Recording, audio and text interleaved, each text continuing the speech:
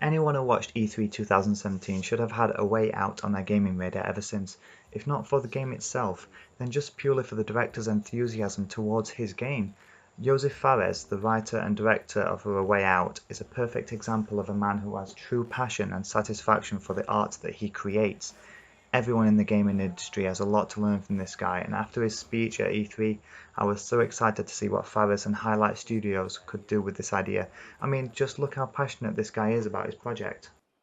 After you finish playing a Way Out, I will tell you, you will play a co-op game like never before. I know, I mean, I can guarantee that. I know I sound very cocky, but I can't help it because it's true. I'm so pumped up, it's crazy. You don't know, I live, breathe this game. I'm telling you, it's like, it's gonna kick ass. It's gonna kick ass. So the director has a good attitude, but passion can only get you so far, right? So how does the game itself hold up?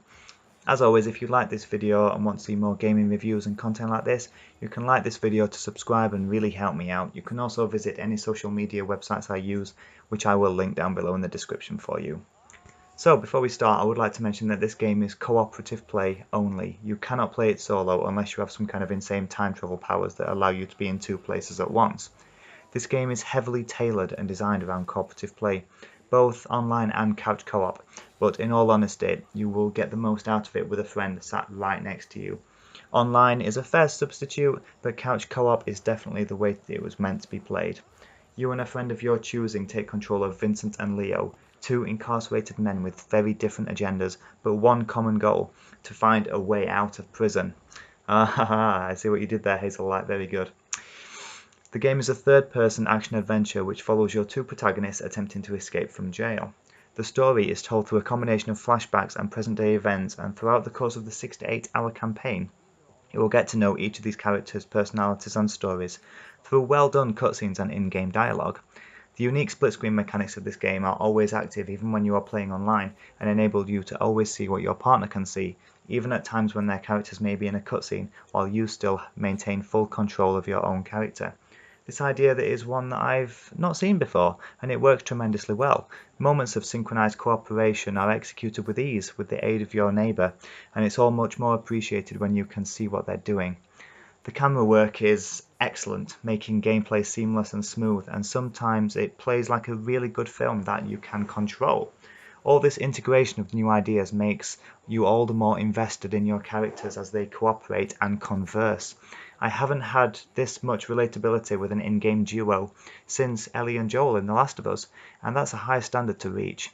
There are even moments where there are choices to be made after Vincent and Leo have a difference of opinion, and the players must then decide between them what they should do. You find yourself having deep conversations and weighing up the pros and cons, and the choices that are posed to you come from two different characters that are interesting and deeply fleshed out. You feel like you have to get behind what your own character wants to do, whilst also respecting the needs and the opinions of your friend's character and your friend sat next to you.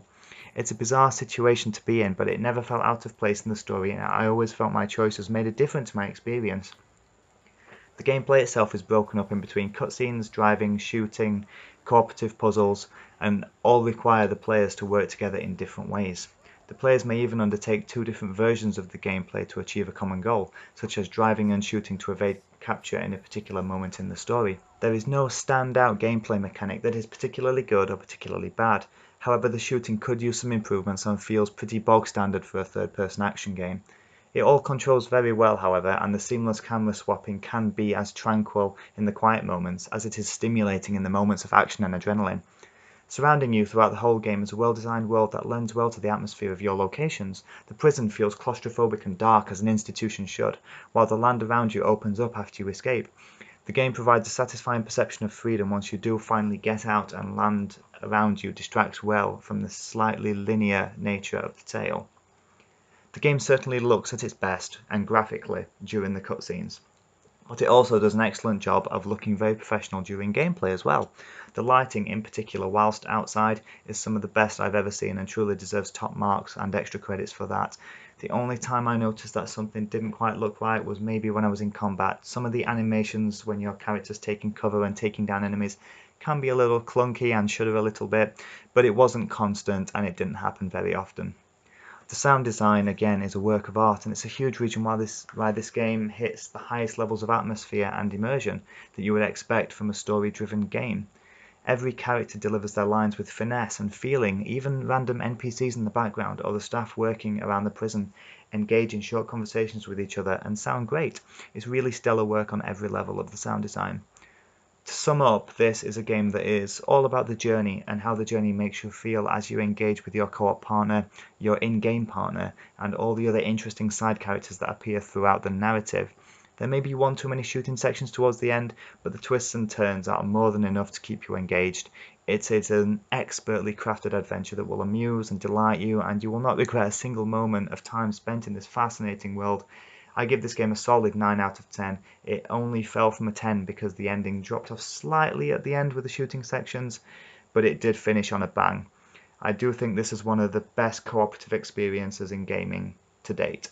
If you also take into account the dedication of the development team and its director, the fact that this game is only $24.99 at release as well, and then on top when you hear that if you buy this full game, you can send an invite to a friend of your choice on your friends list for him or her to download a free trial version of this game, which allows you to both play through the whole experience together with just one copy of the game purchased. I think the intentions of this development team are perfectly clear. They love making games, they love making enjoyable co-op experiences, and they are quite happy to just sell you one copy between two people, so that online friends can enjoy this game together. Just on their intentions alone, they deserve a huge amount of credit for their accomplishment. Thank you for watching this video and I hope you enjoyed it. As I've said, you can like and subscribe for more content in the future. There's also more links down below for my Patreon. If you support me on there, I would really appreciate it. And there's other links to my Twitter and Twitch as well. You can go and check them out. Thank you all very much, and I'll see you next time.